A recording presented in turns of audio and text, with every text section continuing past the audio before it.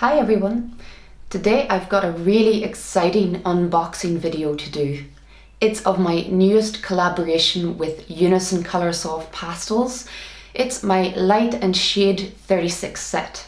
So in this video I'm going to explain my colour choices and tell you how you could make use of these colours. Hope you enjoy this video, and if you haven't already, please do subscribe here on YouTube for all of my free content.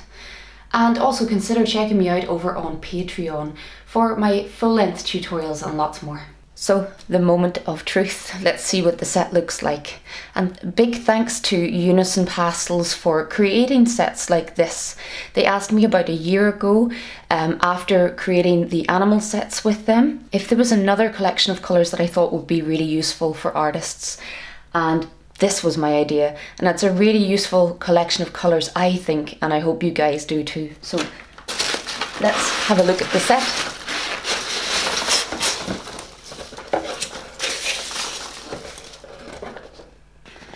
And there we have the Light and Shade 36.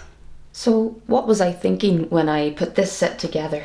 Well, light and shade, those are things that I need to paint all of the time when I'm trying to depict light realistically. I always need highlight colours, a good range of mid-tones, and also dark tones to depict the full contrast of any subject matter realistically. But within any subject matter, I often find I need both warm and cool tones.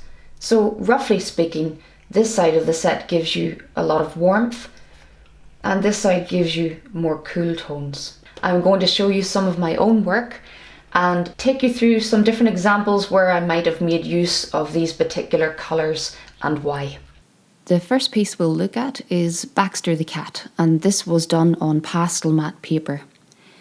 If you're trying to paint any animal or any subject matter with predominantly greys or more muted tones, then this set will really help you out. You can see just looking at the two side by side that I've used quite a few of these type of more muted tones. So along the light colours, using some grey 29 as well as grey 27 from the top left row, and then also using lots of the other fleshy muted tones to create the warmth on the walls behind the cat. On any subject matter that you're painting, you're likely to find a lot of reflected light. So my aim in this piece was to try and keep Baxter the Cat nice and warm and glowing from all the warm colours reflected around the room. So I made use of a lot of those warmer lilac colours and purples throughout his coat, trying to avoid too much blue, which would make it a bit colder. But of course, this set isn't necessarily just for animal portraits. You're going to find light and shade in every subject matter that you paint, and I can also make use of a lot of these colours in many of my landscapes, especially when I'm trying to create a sunset glow. So in this piece I've made use of some light 4 from the top row, adding some of the warm glow in the sky and some of the reflections on the ocean. But just as much as I've needed some warm light tints, I've also needed some of the cooler lighter tints from the top right side of the set. Where the highlights recede further away from the sunset, they get a little cooler. So on the ocean, for example, over to the right side, those tints start to turn into more like light 16, so a little bit cooler, more minty tint to this one. I've also made use of some of those dusky blues within that middle row to add some of the shadow tones on the building and the walls. I'm also trying to make use of some opposite colour theory here because there's so much warm orangey glow within the whole piece. It really makes sense to me to use some of these duskier blues in my shadow colours. I also make use of some of the lovely rich dark greens on the very bottom row. These colours on the bottom row I use to break up my darkest areas so that I'm not using solid black, and I can make those areas more interesting. So for example, the two darkest tones here, Dark 7 and that lovely purple A36, both used to liven up the darkest areas within the grass and within the cliffs. And then of course that lovely A21 becoming really useful at creating sand colours.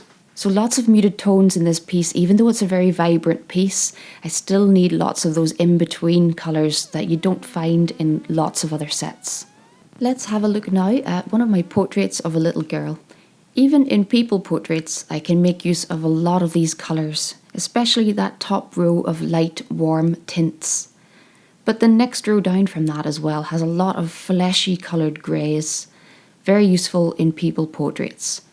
But even for the clothing and the little bunny rabbit in this portrait, all of those shadow tones become really useful.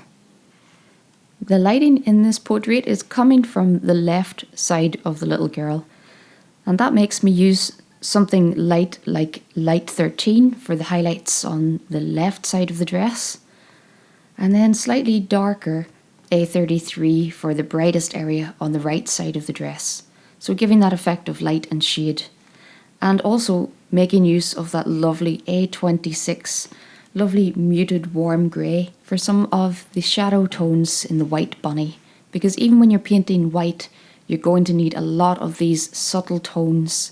In fact, I would say if you're painting anything white, this set has some really useful colours.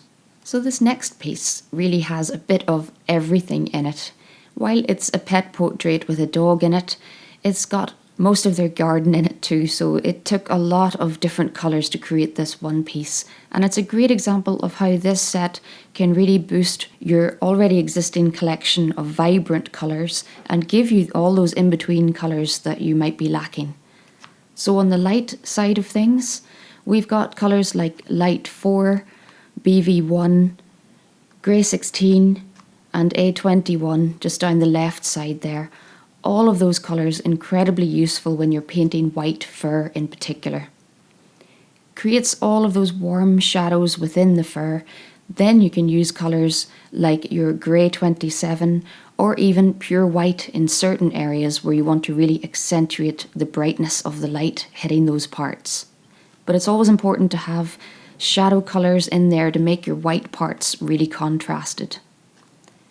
Then on the other side of things, we go right into the darkness in this portrait as well. Some of those darker areas between the pots. I did make use of a lot of jet black in there, but then I would use some of the darker colours from the bottom row of this set to break up those black areas and add real depth to the shadows. Even on the pots, we've got lovely dark colours, and within the leaves, we've got deeper tones. So from the top, some blue-green earth 6, to add some of the blue tones within the darkest leaves. When you've got leaves that are in shadow, the green colours in there are going to have more blue in it, making it cooler and more shadow-like. Just look at the difference between there and some of the really bright leaves in this piece where the sun is hitting them. They've got a much more yellow content to their green. So it's important for shadows in greenery to have some greens that have a high blue content. Then down onto the pots, we have lovely dark colours, dark 13, dark 24 and dark 5. So all really useful tones giving me a dark spectrum to work with. And lastly, let's have a look at some wildlife. So just to give you the full spectrum of all the different types of subject matter that you can use this set on. So starting at the top, grey 25, something that has just a little more yellow content than grey 27. I really make use of so many of these lighter tints in my work. The subtle differences between each one become so useful when you're trying to depict something quite realistically. But again, painting a white subject, just look at how dark you can go with some of your shadow tones on the swan. Then into some of the darker colours in this piece. We have dark 5 within the water reflections at the top. Again, trying to avoid pure black and looking for a brown tone that really has depth and darkness to it. And making use of grey 14 in some of the water reflections below. So again, all of these muted colours, they may not look like the most exciting colour range ever, but they really are some of my go-to colours when I'm painting. So I hope that you have enjoyed learning a little bit more about this set, and that you will give some of the colour choices a try in your own work.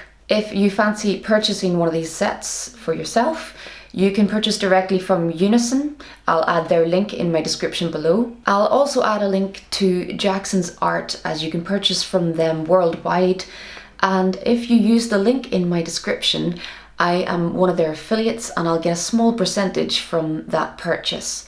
And that money I put towards prizes for my patrons, materials that I can experiment on and make more of these videos, so every little bit helps me out too. But all of those links are in the description below. Thanks again for watching, and until next time, happy pasteling.